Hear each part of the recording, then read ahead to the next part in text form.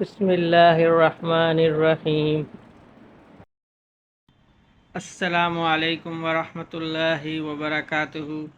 حدیث کی کتابوں میں بہت کثرت سے فضائل نماز کے فضائل اور ترغیبیں ذکر کی گئی ہیں۔ 40 کی عدد کی رعایت سے اتنے پر کفایت کی گئی کہ اگر کوئی شخص ان کو حفظ کر لے تو 40 حدیثیں یاد کرنے کی فضیلت حاصل کر لے گا۔ حق یہ ہے کہ نماز ایسی بڑی دولت ہے کہ اس کی قدر وہی کر سکتا ہے اس کو اللہ جل شانہ نے اس کا مزہ چکھا دیا ہو۔ اسی دولت کی وجہ سے حضور صلی اللہ علیہ وسلم نے اپنی آنکھ کی ٹھنڈک اس میں فرمائی، اور اسی لذت کی وجہ سے حضور اقدس صلی اللہ علیہ وسلم رات کا اکثر حصہ نماز ہی میں گزار دیتے تھے۔ یہی وجہ ہے کہ نبی اکرم صلی اللہ علیہ وسلم نے وصال کے وقت خاص طور پر نماز کی وصیت فرمائی اور اس کے اہتمام کی تاکید فرمائی۔ متعدد احادیث میں ارشاد نبوی صلی اللہ علیہ وسلم نقل کیا گیا، نماز کے بارے میں اللہ سے ڈرتے رہو۔ حضرت عبداللہ بن مسعود رضی اللہ تعالیٰ عنہ حضور صلی اللہ علیہ وسلم سے نقل کرتے ہیں کہ تمام اعمال میں مجھے نماز سب سے زیادہ محبوب ہے۔ ایک صحابی رضی اللہ تعالیٰ عنہ کہتے ہیں کہ میں ایک رات مسجد نبوی پر گزرا، حضور اقدس صلی اللہ علیہ وسلم نماز پڑھ رہے تھے، مجھے بھی شوق ہوا، حضور صلی اللہ علیہ وسلم کے پیچھے نیت باندھ لی۔ حضور صلی اللہ علیہ وسلم سورہ بقرہ پڑھ رہے تھے، میں نے خیال کیا کہ 100 آیتوں پر رکوع کر دیں گے، مگر جب وہ گزر گئیں اور رکوع نہ کیا تو میں نے سوچا کہ 200 پر رکوع کریں گے، مگر وہاں بھی نہ کیا تو مجھے خیال ہوا کہ سورت ختم ہی پر کریں گے۔ جب سورت ختم ہوئی تو حضور صلی اللہ علیہ وسلم نے کئی مرتبہ اللہم لک الحمد اللہم لک الحمد پڑھا اور سورہ آل عمران شروع کر دی۔ میں سوچ میں پڑ گیا، آخر میں نے خیال کیا کہ آخر اس کے ختم پر تو رکوع کریں گے۔ حضور صلی اللہ علیہ وسلم نے اس کو ختم فرمایا اور 3 مرتبہ اللہم اللہم لک الحمد پڑھا اور سورہ مائدہ شروع کر دی۔ اس کو ختم کر کے رکوع کیا اور رکوع میں سبحان رب العظیم پڑھتے رہے اور اس کے ساتھ کچھ اور بھی پڑھتے رہے جو سمجھ میں نہ آیا۔ اس کے بعد اسی طرح سجدے میں سبحان ربی الاعلیٰ بھی پڑھتے رہے اور اس کے ساتھ کچھ اور بھی پڑھتے تھے۔ اس کے بعد دوسری رکعت میں سورہ انعام شروع کر دی۔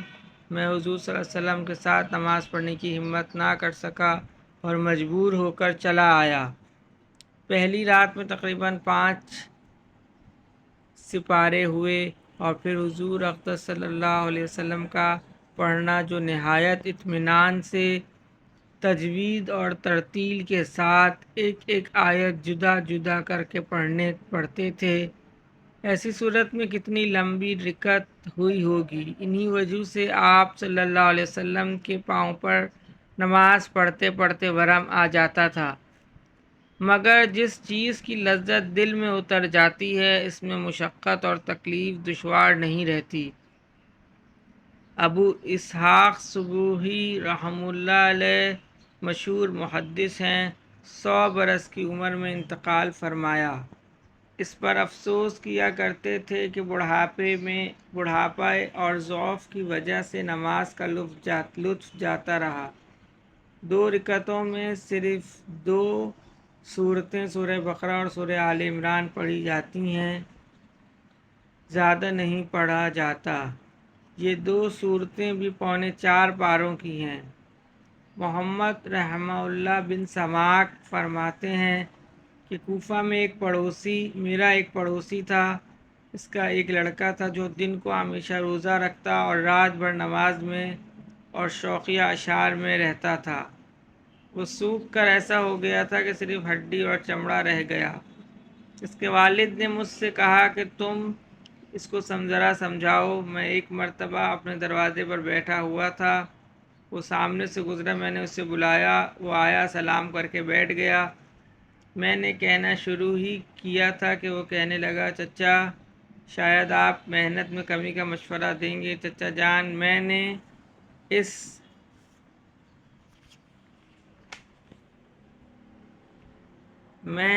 اس محلے کے چند لڑکوں کے ساتھ یہ طے کیا تھا کہ دیکھیں کون شخص عبادت میں زیادہ کوشش کرے۔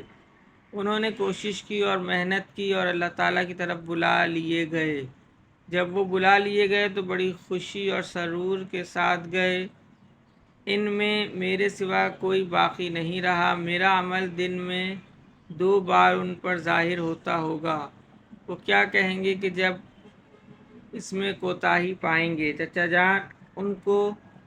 چچا جان ان جوانوں نے بڑے بڑے مشاہدے کیے، ان کی محنتیں اور مجاہدے بیان کرنے لگا، جن کو سن کر ہم لوگ متحیر رہ گئے۔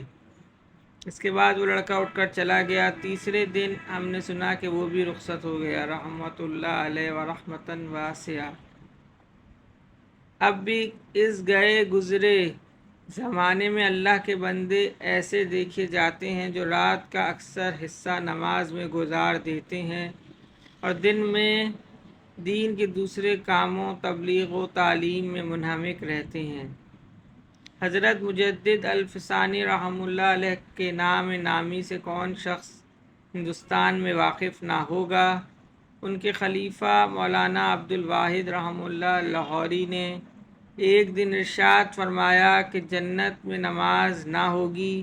کسی نے عرض کیا، حضرت جنت میں نماز کیوں ہو؟ وہ تو اعمال کے بدلے کی جگہ ہے، نہ کہ عمل کرنے کی۔ اس پر ایک آہ کھینچی اور رونے لگے اور فرمایا کہ بغیر نماز کے جنت میں کیوں کر گزرے گی؟ ایسے ہی لوگوں سے دنیا قائم ہے اور زندگی کے وصول کرنے والی حقیقت میں یہی مبارک ہستیاں ہیں۔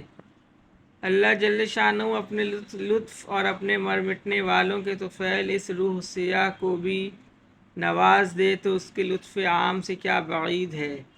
ایک پر لطف قصہ پر اس فصل کو ختم کرتا ہوں۔ حافظ ابن حجر رحمہ اللہ علیہ نے منبحات میں لکھا ہے، ایک مرتبہ حضور اقدس صلی اللہ علیہ وسلم نے ارشاد فرمایا کہ مجھے دنیا میں 3 چیزیں محبوب ہیں، خوشبو، عورتیں اور میری آنکھوں کی ٹھنڈک نماز میں ہے۔ حضور صلی اللہ علیہ وسلم کے پاس چند صحابہ رضی اللہ تعالیٰ عنہ تشریف فرما تھے۔ حضرت ابو بکر صدیق رضی اللہ تعالیٰ عنہ نے ارشاد فرمایا، آپ نے سچ فرمایا اور مجھے 3 چیزیں محبوب ہیں، آپ کا چہرہ دیکھنا، اپنے مال کو آپ پر خرچ کرنا اور یہ کہ میری بیٹی آپ کے نکاح میں ہے۔ حضرت عمر نے رضی اللہ تعالیٰ عنہ نے فرمایا، سچ ہے اور مجھے 3 چیزیں محبوب ہیں، امر بالمعروف نہی عن المنکر، اچھے کاموں کا حکم کرنا اور بری باتوں سے روکنا، اور پرانا کپڑا۔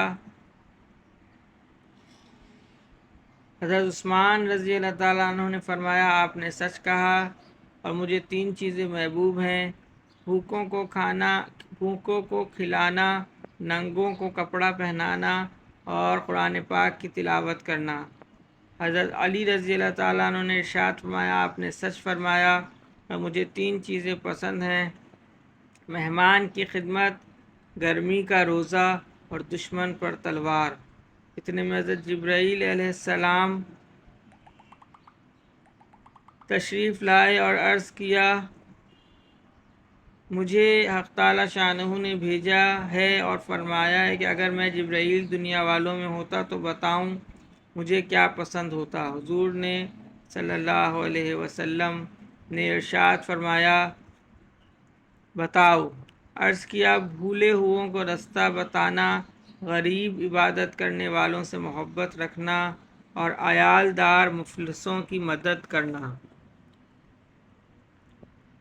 اللہ جل شانہ کو بندوں کی 3 چیزیں پسند ہیں، اللہ کی راہ میں طاقت کا خرچ کرنا، مال سے ہو یا جان سے، اور گناہ پر ندامت کے وقت رونا اور فاقے پہ صبر کرنا۔ حافظ ابن قیم زاد المعاد میں تحریر فرماتے ہیں کہ نماز روزی کو کھینچنے والی ہے، صحت کی محافظ ہے، بیماریوں کو رفع فرمانے والی ہے، دل کو تقویت پہنچاتی ہے، چہرے کو خوبصورت اور منور کرتی ہے، جان کو فرحت پہنچاتی ہے، اعضاء میں نشاط پیدا کرتی ہے، کاہلی کو دفع کرتی ہے، شرح صدر کا سبب ہے، روح کی غذا ہے، دل کو منور کرتی ہے، اللہ کے انعام کی محافظ ہے اور عذاب الہی سے حفاظت کا سبب ہے، شیطان کو دور کرتی ہے اور رحمان سے قرب پیدا کرتی ہے، غرض روح اور بدن کی صحت کی حفاظت میں اس کو خاص دخل ہے اور دونوں چیزوں میں اس کی عجیب تاثیر ہے، نیز دنیا اور آخرت کے مضرتوں کے دور کرنے میں اور دونوں جہان کے منافع پیدا کرنے میں اس کو بہت خصوصیت ہے۔ اللہم صلی علی محمد وعلی آل محمد، اللہم اعنی علی ذکرک و شکرک و حسن عبادتک، اللہم حاسبنی حسابا یسیرا، اللہم ارفع عنا البلاء والوباء، رب ارحمہما کما ربیانی صغیرا، اللہم اغفر لی ذنبی ویسر لی امری وبارک لی فی رزقی، اللہم لا تحرمنا اجرہا ولا تفتنا بعدہا، سبحان ربک رب العزت عما یصفون وسلام علی المرسلین والحمد للہ رب العالمین، آمین برحمتک یا ارحم الراحمین۔